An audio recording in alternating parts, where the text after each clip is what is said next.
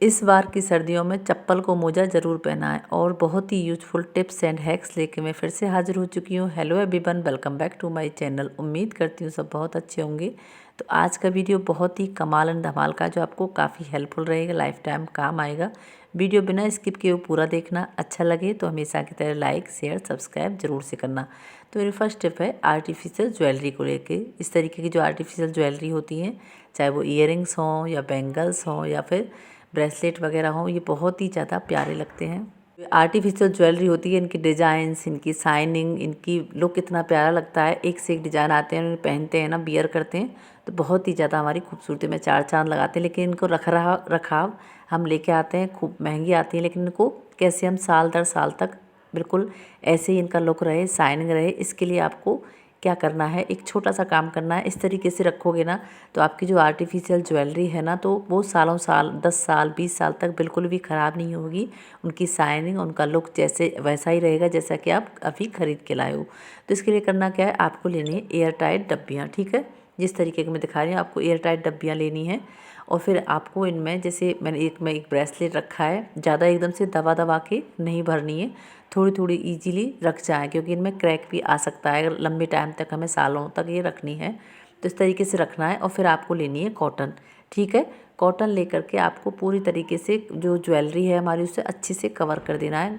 Cotton को फैला लें, पतली सी लेयर तैयार कर लें।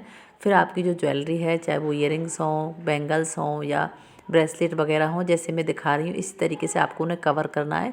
फिर डब्बियों को बंद करके इस तरीके से रखना है। ऐसे अगर आप अपनी आर्टिफिशियल ज्वेलरी रखोगे ना, तो सच में हमेशा इसी तरीके से रखती हूँ। तो जैसे आप लाए हो ना खरीद के, साल और 10 साल 20 साल तक ऐसी ही उनकी शाइनिंग रहेगी, लुक भी वही रहेगा। है ना कितना यूज़फुल सा आइडिया, आप इस्तेमाल करके देखना। नेक्स्ट आइडिया मेरा लहसुन को लेके। लहसुन सब्जी की खूब जो हमारी खुशबू है, टेस्ट है, उसको चौगुना बना देता है। लेकिन लहसुन हम दो तरीके से डालते हैं। एक तो हम बारीक बारीक कट करके डालते हैं, कुछ लोगों को लहसुन कूट के या पीस के डालना पसंद आता है। लेकिन अगर लहसुन पीस के डालोगे ना, तो उसका टेस्ट पूरी तरीके से हमारी सब्ज़ी में, हमारी जो भी हम बना रहे हैं उसमें पूरी तरीके से निकल के आता है।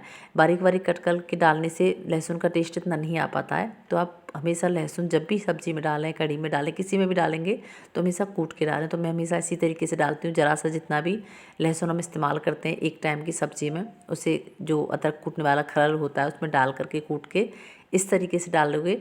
तो आप इस तरीके से डालना, तो जिसकी टेस्ट है, उसका फ्रेगनेंस है, उसकी जो खुशबू है ना, बहुत ही प्यारी आती है। और टेस्ट भी हमारी सब्ज़ी का चौगुना होता है कूट के डालने फिर। लेकिन जो कट करके डालेंगे उससे टेस्ट आपका नहीं आ पाएगा। नेक्स्ट आइडिया, मेरी जो चूड़ियाँ हैं ना, इस तरीके की जो स्टोन वाली हों, वर्क वाली हों, नग वाली हों, शादियों का सीज़न है, हम जो इस तरीके की हैवी चूड़ियाँ होती हैं ना, कभी कभी ही बियर करते हैं पार्टी फंक्शन में, एनिवर्सरी, बर्थडे पर, जो क्या होता है। लेकिन हम कैसे रखेंगे हमारी चूड़ियों का जो लुक है, उनका जो ज्वेलरी की जो, सॉरी, जो हमारी इनकी डायमंड वगैरह हैं वो काले ना पड़ें या फिर पीले ना पड़ें या फिर ख़राब ना हो, स्टोन वगैरह ऐसे के ऐसे रहें जैसे हम हैवी चूड़ियाँ लेके आएँ। तो इसके लिए आपको एक छोटा सा काम करना है।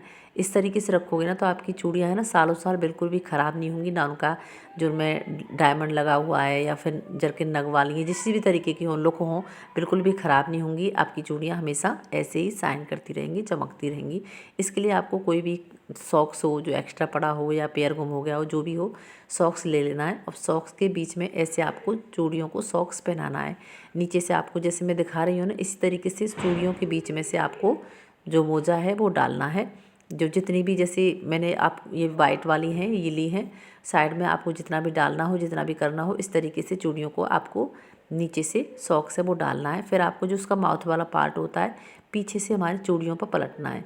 थोड़ा सा टाइम लगेगा क्योंकि चूड़ियाँ इधर उधर हो जाती हैं, लेकिन एक हाथ से चूड़ियों को दबा करके आप हल्के हल्के दूसरे हाथ से सॉक्स को पहनाएंगे ना, जैसे हम पैर में डालते हैं, पीछे से माउथ वाले पार्ट को डालेंगे। और जो उसका एक्स्ट्रा आगे वाला पार्ट रह गया है, उसको आपको वापस चूड़ी के अंदर ही डाल देना है। तो देखो इतना बढ़िया हमारा गजब का छोटू मोटू सा पैकेट तैयार हुआ है।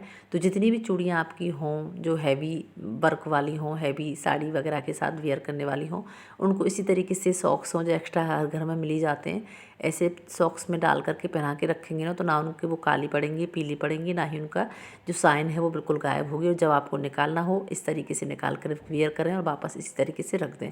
मैं हमेशा यही ट्रिक करती हूँ, बहुत ही कमाल की है। देख लेते हैं नेक्स्ट आइडिया। इस सर्दियों में हम पहनाएंगे सॉक्स चप्पल को।